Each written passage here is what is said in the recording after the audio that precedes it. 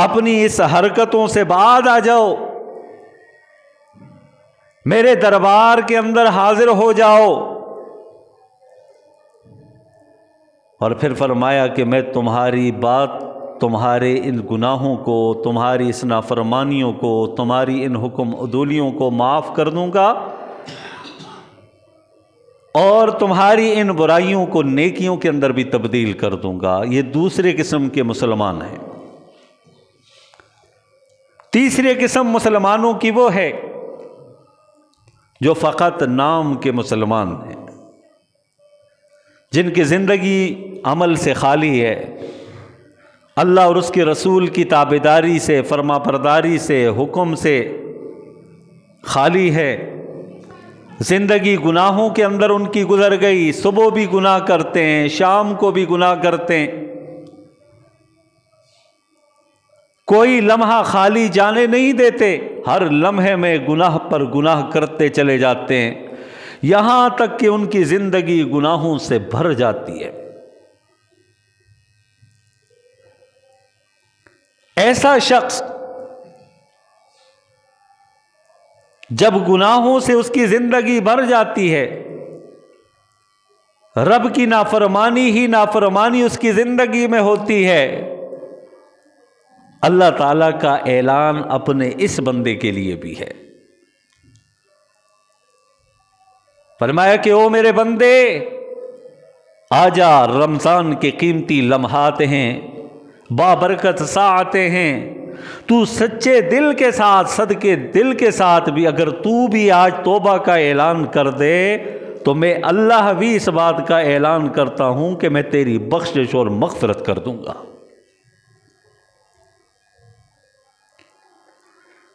اللہ تبارک و تعالی نے قرآن مجید کے اندر ارشاد فرمایا، قُلْ يَا عِبَادِيَ الَّذِينَ أَسْرَفُوا عَلَىٰ أَنفُسِهِمْ، کہ میرے محبوب ان لوگوں کے سامنے جا کر اعلان کر دیجئے، یا عبادی الذین اسرفوا، اے میرے وہ بندو جنہوں نے اپنی جانوں پر ظلم کیا ہے گناہوں کی وجہ سے، لا تقنطوا من رحمت اللہ، کہ میرے بندو میری رحمت سے مایوس مت ہونا،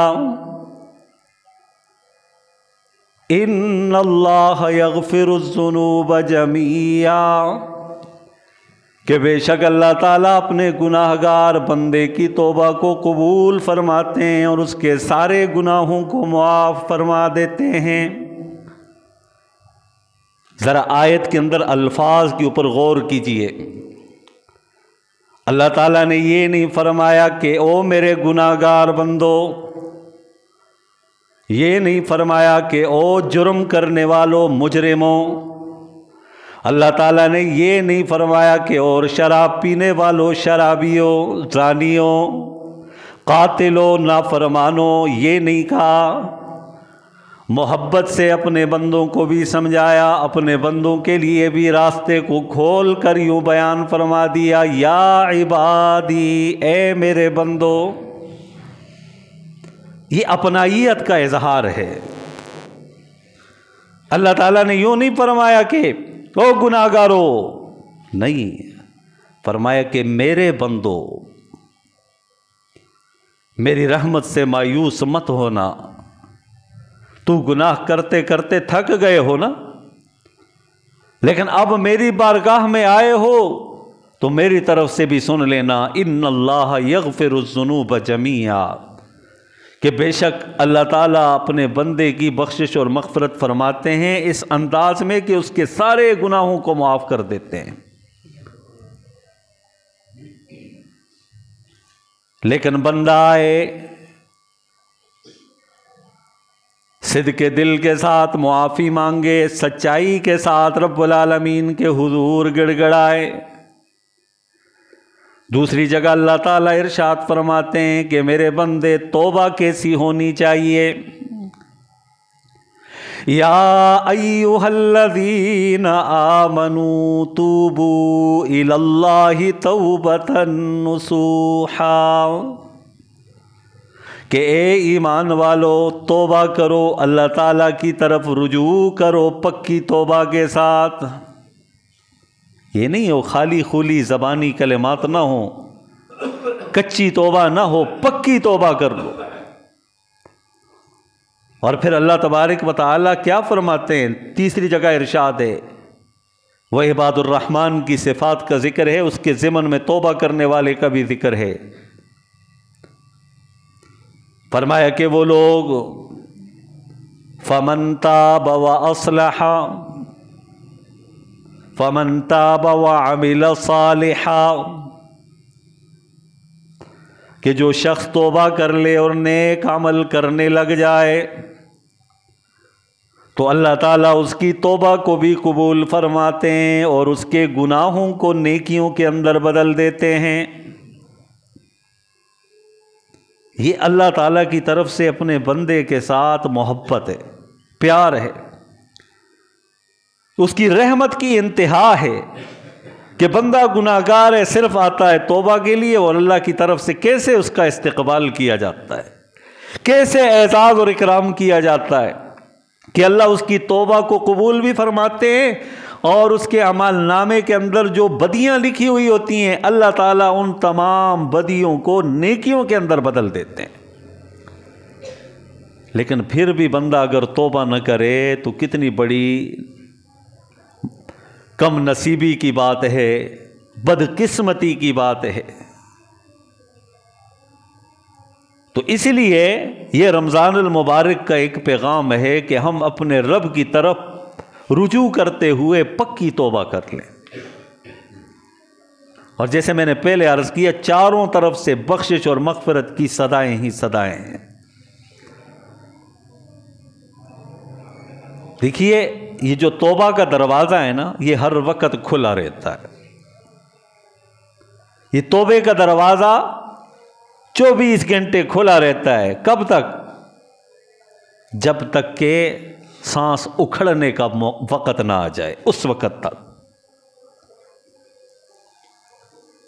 یہ بندہ گناہوں کی زندگی گزار رہا ہے۔ اب یہاں اس بات کو سمجھنے کے لیے ایک آیت کریمہ آپ کے سامنے بیان کرتا ہوں تاکہ ایمان تازہ ہو جائے۔ فرمایا کہ انما التوبۃ علی الذین للذین یعملون السوء، کہ بے شک اللہ تبارک و تعالی اس شخص کی توبہ کو قبول فرماتے ہیں کہ جس نے نافرمانی کی ہو، گناہ کیا ہو، بجہالۃ،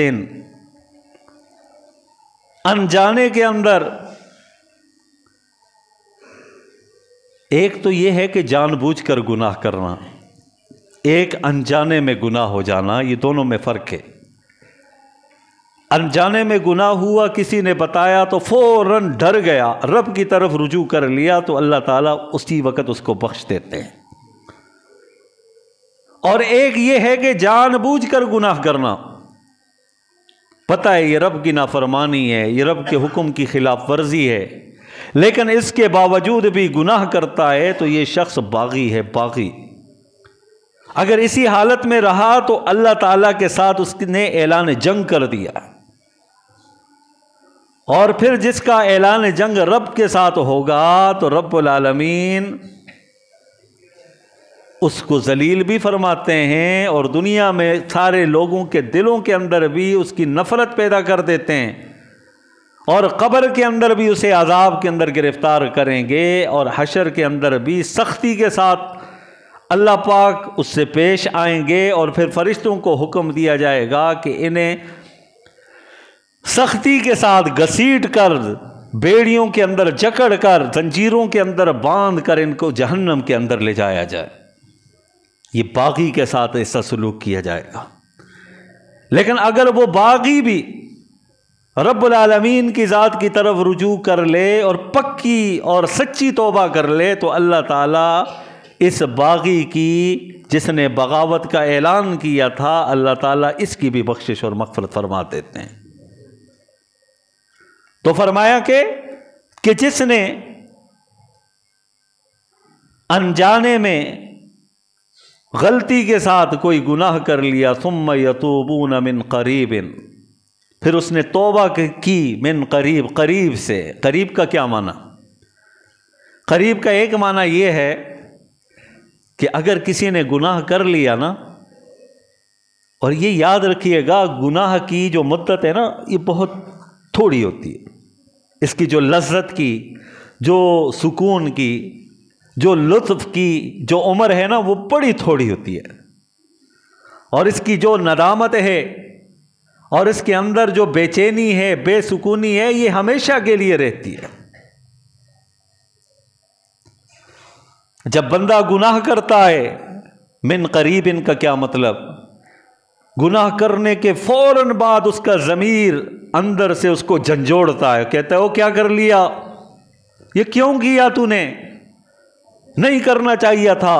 اس کا جسم کانپ جاتا ہے، رونگٹے اس کے کھڑے ہو جاتے ہیں، فوراً کہتا ہے ربا مجھے معاف کر دے۔ تو یہ ہے قریب، جو توبہ کرنے والا ہے فوری طور پر۔ تو اللہ تعالیٰ اس کی توبہ کو قبول فرماتے ہیں۔ ایک تو قریب کا یہ مطلب ہے، ایک قریب کا یہ مطلب ہے گناہ کرتا ہے، پھر گناہ کی مستی کے اندر مگن ہوتا ہے، اسے پتہ ہی نہیں ہوتا، بے خبر ہوتا ہے، اچانک جب گناہ کی سختی کے متعلق، قبر کی سختی کے متعلق، حشر کی ہولناکیوں کے متعلق، جہنم کی آگ کے متعلق سنتا ہے تو اسے کچھ عرصے بعد اپنا وہ گناہ یاد آ جاتا ہے، اسے وہ گناہ یاد آ جاتا ہے کہ یا اللہ میں نے فلاں وقت میں، فلاں دن میں فلاں قسم کا گناہ کیا تھا، یا اللہ اب میں توبہ تائب ہونا چاہتا ہوں، مجھے معاف کر دے۔ تو فرمایا کہ یہ بھی قریب سے توبہ کرنے والا ہے۔ یہ نہیں کہا کہ اب جا تیری توبہ قبول نہیں ہے، تو آج آیا ہے اتنے عرصے بعد۔ ہم دنیا میں ہمارے رویے کیسے ہیں ہم جانتے ہو، کوئی آدمی تھوڑا سا برا کر کے تو دیکھے ہمارے رویے کتنے بگڑ جاتے ہیں۔ رب العالمین کی رحمت کا اندازہ لگائیے کہ پوری زندگی انسان نے نافرمانی کی، پھر بھی وہ کہتا ہے کہ میرے بندے آ جا آ جا، میری طرف سے در کھلا ہے، اور اب بھی یہ قریب کی توبہ ہے، دور کی نہیں ہے۔ تو یہ بھی قریب کا ایک معنی ہے، اور ایک معنی تیسرا ہے، اللہ کی رحمت کی وسعت دیکھیے۔ فرمایا کہ جب آدمی گناہ کر لے، مرنے سے پہلے پہلے جب بھی اسے موقع ملے تو وہ توبہ کرے، تو اللہ فرماتے ہیں یہ بھی اس کی قریب کی توبہ ہے۔ ہاں، فرمایا کہ گناہ گاروں گناہ کر کر کے مایوس مت ہو جانا۔ کئی لوگ ہوتے ہیں نا، کہتے ہیں میں نے اتنے گناہ کر لیے ہیں، اب پتہ نہیں میری توبہ قبول بھی ہوگی نہیں ہوگی، چلو 2-4 گناہ رہ گئے ہیں یہ بھی کر لیتا ہوں۔ اللہ تعالیٰ فرماتے ہیں میرے بندے مایوس مت ہونا، میری رحمت بڑی وسیع ہے۔ تیرے دل کے اندر خیال پیدا ہو گیا نا کہ تو نے گناہوں کی زندگی گزاری ہے، آ جا، ندامت کا اظہار کر، ندامت کے آنسو بہا، اور اس بات کا اقرار کر مجھے میری عزت اور جلال کی قسم میں تیرے گناہوں کو معاف کر دوں گا۔ تو یہ بھی فرمایا کہ قریب کی توبہ ہے۔ اور حدیث پاک کے اندر آتا ہے، ترمذی شریف کی روایت ہے کہ اللہ تعالیٰ اپنے بندے کی توبہ اس وقت تک قبول فرماتے ہیں کہ ما لم یغرغر، جب تک کہ وہ غرغرے کی کیفیت پیدا نہ ہو جائے۔ سانس اکھڑنا جب شروع ہو جاتی ہے تو سمجھ لیجئے کہ فرشتے نے اب پنجے گاڑ دیے، موت کا فرشتہ آ چکا ہے، اب اس کی روح نکلنے والی ہے، اس وقت توبے کا دروازہ بند ہوتا ہے، وگرنہ اس سے پہلے پہلے رب العالمین کی طرف سے توبہ کا دروازہ کھلا رہتا ہے۔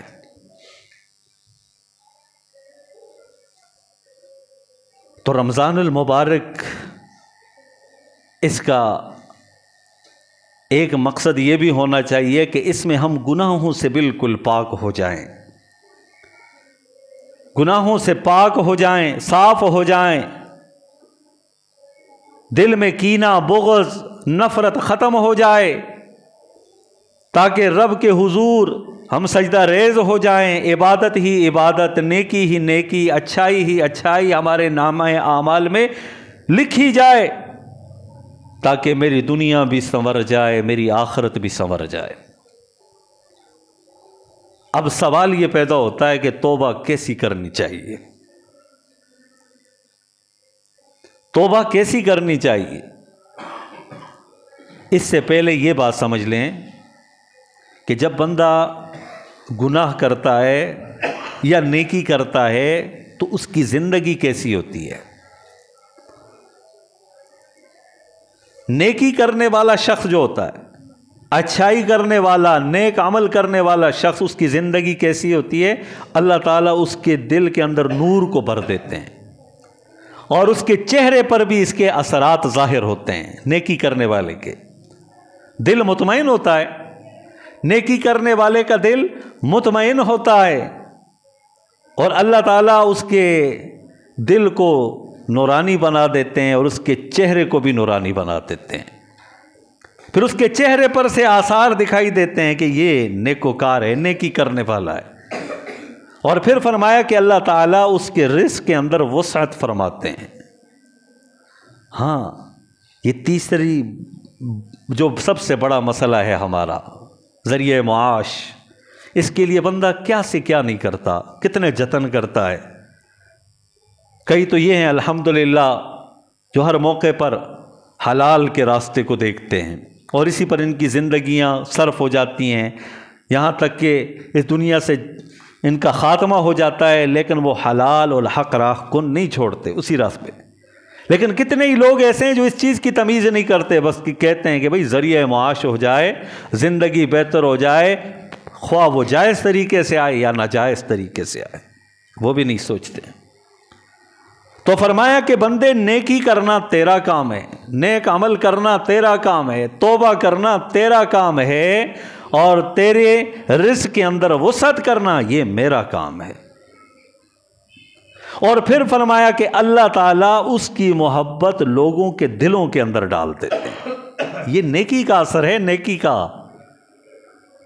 کرنی اپنے لیے اتنے بے شمار فائدے اللہ تبارک و تعالیٰ اپنے بندے کو عطا فرماتے ہیں کہ لوگوں کے دلوں کے اندر بھی محبت اللہ پاک ڈال دیتے ہیں۔ کتنے ہی لوگ ایسے ہوتے ہیں نیکی خود کر رہے ہوتے ہیں، لوگ ان کو اچھا کہہ رہے ہیں، فلانا بڑا اچھا آدمی ہے بھائی، اس کی تعریف ہو رہی ہوتی ہے اس کی پیٹھ پیچھے، جبکہ اس کا مفاد بھی کسی کے ساتھ وابستہ نہیں، اس کے معاملات بھی کسی کے ساتھ وابستہ نہیں، پھر بھی اللہ تعالیٰ دوسروں کے دلوں کے اندر اس کی محبت پیدا کر دیتے ہیں۔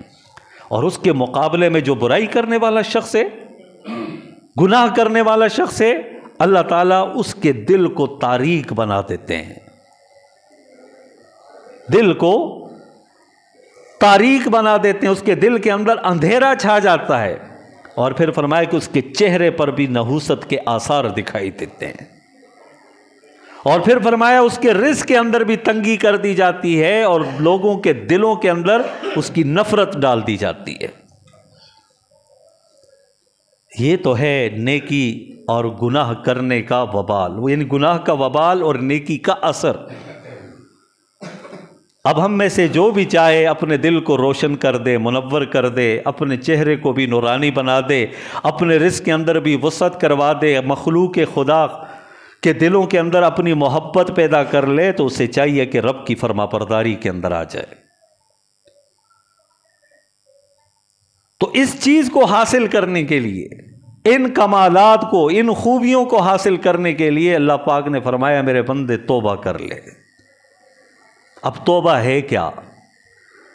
میں کئی دفعہ یہ بات درس قرآن میں بھی ذکر کر چکا ہوں، اور جمعے کے بیانات میں بھی کئی دفعہ یہ بات دہرا چکا ہوں، اور یہ بات ہے ہی دہرانے کی قابل، اس کو بار بار دہرایا جائے تاکہ ہماری سمجھ میں یہ بات آ جائے، اور رب کی رحمت کا ہمیں اندازہ ہو جائے، اور ہمیں توبے کے مفہوم کا پتہ چل جائے کہ توبہ کہتے کسے۔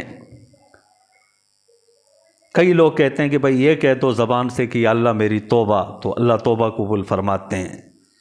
ٹھیک ہے، زبان سے اظہار توبے کا کیا جائے، لیکن توبہ قبول اللہ پاک کا فرماتے ہیں، اس کے لیے بھی کچھ شرائط ہیں۔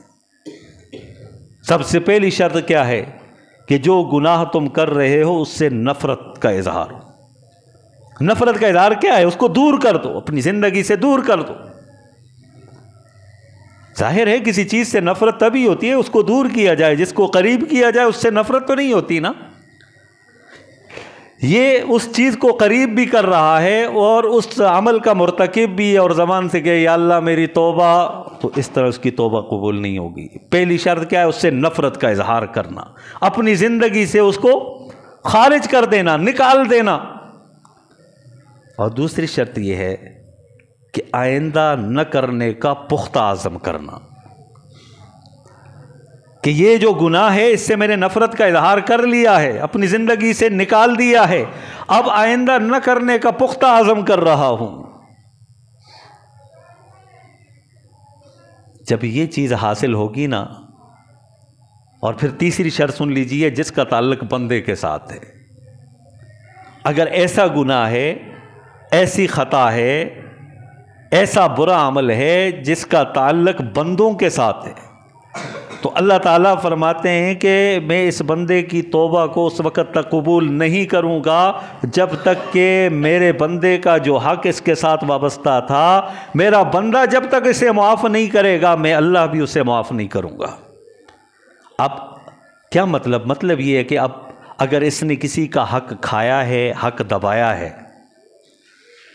کسی کو گالی دی ہے، کسی کو تھپڑ ناجائز مارا ہے، کسی کی زمین غصب کی ہے، کسی کی جائیداد ہتھیالی ہے، کسی کے مال کو ناجائز طور پر استعمال کیا ہے، کسی کو ناحق قتل کیا ہے، یہ وہ گناہ ہیں جو بندوں کے ساتھ ان کا تعلق ہے۔ اللہ فرماتے ہیں کہ میرے بندے توبہ کرنا چاہتا ہے نا، ٹھیک ہے تیری توبہ میں قبول کروں گا، دروازہ کھلا ہے توبے کا، لیکن یاد رکھنا جب تک میرے اس بندے نے معاف نہیں کیا ہے تو سن لینا میں بھی معاف نہیں کروں گا۔